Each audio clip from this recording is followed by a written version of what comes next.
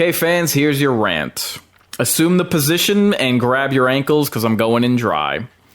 So, Evil Dead 2013 remake. Like I mentioned, this had this earned a budget, or this had a domestic gross of 54 million. Domestically, 97 million worldwide.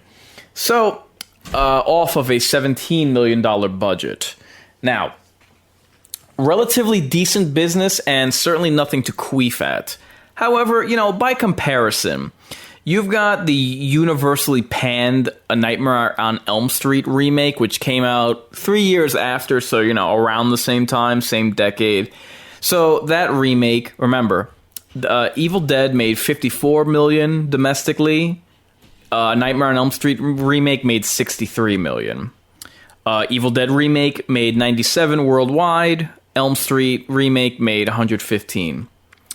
Now, despite the serious tone of this Evil Dead 2013, the gore and brutality was maintained, amplified, and certainly marketed. There was a reason why there was a red band trailer. Despite that switch up from the more classic comedic, slapsticky tone of the regular series, we got this. And to me, it still maintained the other side of the coin, which again was the bloodshed. So, with all that being said, what was the fan reaction? No Bruce Campbell, no deal. What a rousing slogan. Now then, we've gotten a deluge of horror remakes, sequels, legacy sequels, requels that are basically all amount to nostalgia bait. Have we gotten all of this? As I mentioned with Tramadom, yes, we have. Was Evil Dead one of these cash grabs, these soulless, pointless recycling of member berries? No, the hell it wasn't. It's a solid story that doesn't trample all over the original. It doesn't bombard you with member berries or shameless recycling of iconic scenes from the original. The setup of the sisters' withdrawal gives the characters a reason to go to the camp and a reason not to leave. The flooded road forces them to remain isolated. The fact of the matter is, if you can't tell a good remake from a bad one, brother, that bees on yo ass. If you're going to say, for instance, any Resident Evil film is just as good as Dawn of the Dead from 2004, you have bad taste and there's no cure for stupid. But because your horror host Inkarnate ain't above kicking someone while they're down, it is my esteemed pleasure to deliver the following BTFO to the naysayers and the hardliners who dug their heels in and dismissed this film's validity because solely of the absence of Bruce Campbell. So, to all of you, I present the following.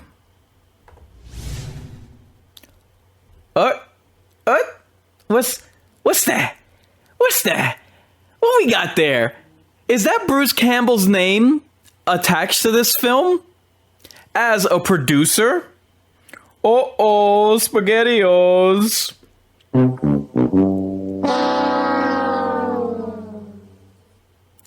So, allow me to translate what every moronic YouTuber, film critic, and blogger couldn't get through their thick skull.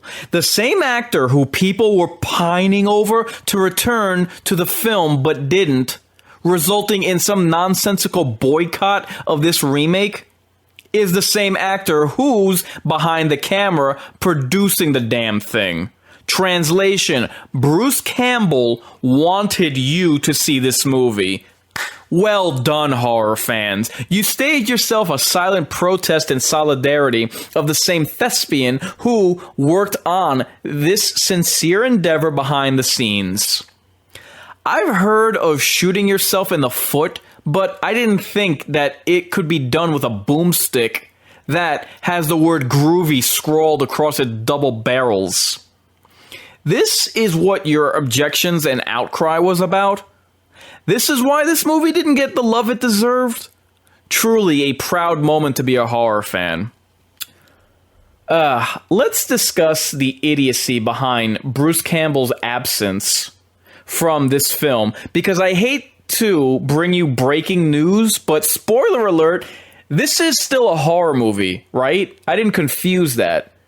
I didn't misconstrue that with the killing spree and the incantation of malevolent spirits. So, people, by and large, didn't bother to go see this movie to see if it was any good. Is that why you so pompously dismissed this film? Because it didn't reach your low standards?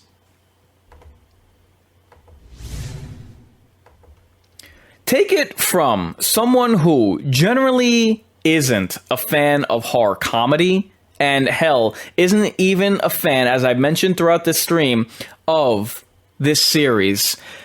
People who missed this film, frankly, missed out. And honestly, y'all can miss me with your lame alibis.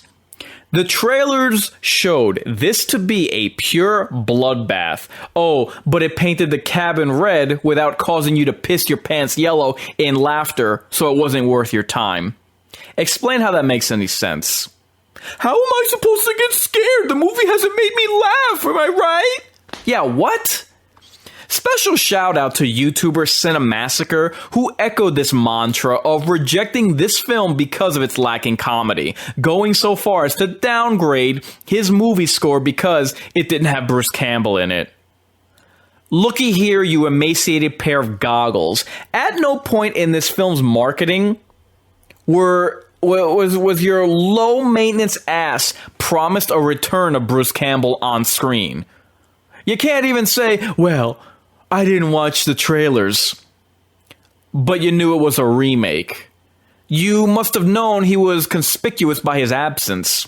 And again, this casual banishment of this film is what was maintained by fans far and wide upon release, and certainly in the 10 years since. So, way to go, Cinemassacre, you dweeb.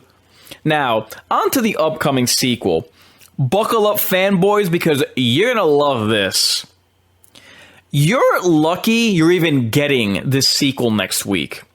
You utterly muddled the market. Let's go through the timeline of the last decade. A, you got the Evil Dead remake that we just watched 10 years ago, but you didn't like it because your brand of scary didn't come with enough slapstick. Okay, so B, the franchise opted to reverse course and go back to basics with Ash vs. the Evil Dead show. So there you go. You got your camp along with your cabin, and all was right in the world. And oh, by the way, y'all love that program so much that the show got canceled. So now what? You didn't like the serious tone of this remake, and then you literally tuned out when you were given what you wanted. This was just as bad as what served as the next two fan demands to have come out in recent memory. If you'll indulge me for a minute, I'll explain and elaborate. Halloween 2018 came and went. And then every numbskull on Twitter was saying, whoa, man, I cracked the code, man. Just bring back Uri Slasher, man, and follow the Halloween formula. Only original cast members and final girls, am I right? You see, the way forward for horror is backwards thinking for its fans, derp. Really, morons? How did that work out when they brought back Neve Campbell for Scream 2022, considering she ain't even part of the series anymore? How did that turn out when they brought back Linda Hamilton for Terminator Woke Fate? How did that turn out for Netflix Chainsaw Massacre when they tried recasting a legacy character? And then Prey comes out, and the same cycle over. You get these idiots talking about, oh, we need to explore horror franchises in other time periods. Feudal Japan attacked by xenomorphs. The Hellraiser lament configuration in Greece. Yeah, why not have Freddy Krueger show up in Turks and Caicos, your dream destination brought to you by your living nightmares? Sure, guys, nothing says innovative quite like repetition, huh? Guys, modern Hollywood, and especially horror, cannot tell stories. They can't build characters. They can't manage franchises. They can't create new monsters. Why do you think that the majority of output we get nowadays is remakes? Why do you think Jordan Peele even has a career?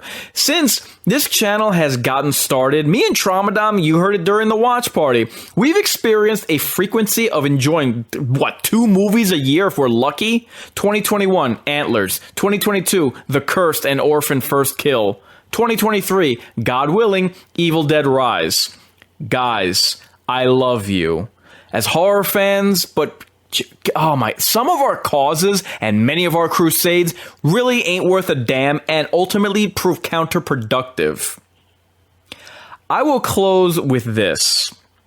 The movie business has enough problems that it doesn't need its own fan base gumming up the works with not recognizing quality films and an internal bewilderment over what they want. Don't tell me that there is no evidence of that within the genre. Because, hey, if you need me to make a rundown with the greater horror genre, just like I did with the Evil Dead in the modern era, I'm happy to accommodate. Let me know if these names sound familiar in terms of box office duds by the decade. 1982, John Carpenter's The Thing. If it weren't for Hellraiser coming out in the same decade, this would have been named the scariest movie of the 80s. 1992, Candyman. The greatest 90s horror film. How did we manage that? The greatest horror film of the 90s we didn't even turn out for. 2006, Slither. Unadmitted comedy horror that's now a cult classic. 2013, Evil Dead Remake. All disappointing domestic receipts, all bona fide classics. 2023.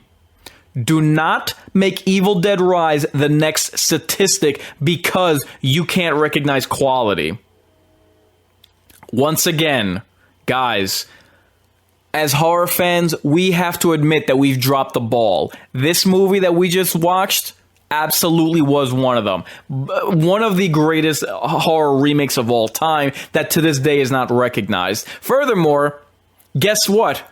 Much like how a lot of movies that came out, or a lot of sequels or prequels that came out after Predators of 2010, after that movie had been written off, a lot of movies after that proceeded to take their ideas from Predators. Much like that, guess what? The tone of this new film, Evil Dead Rise, there's nothing else like it in the franchise. Not the show, not the original trilogy, except for the remake. So, be thankful that you're even getting this film that, frankly, we don't deserve. So, get off your asses, stop making excuses, get out there, support good horror next week. Screw whatever's going on with Marvel. Inkarnate is here telling you the official kickoff to summer starts with horror. The genre that created the blockbuster. So, get out there and support Evil Dead Rises, the movie that you don't deserve. Rant over. If you're resigned to your fate, time to subscribe to your fears.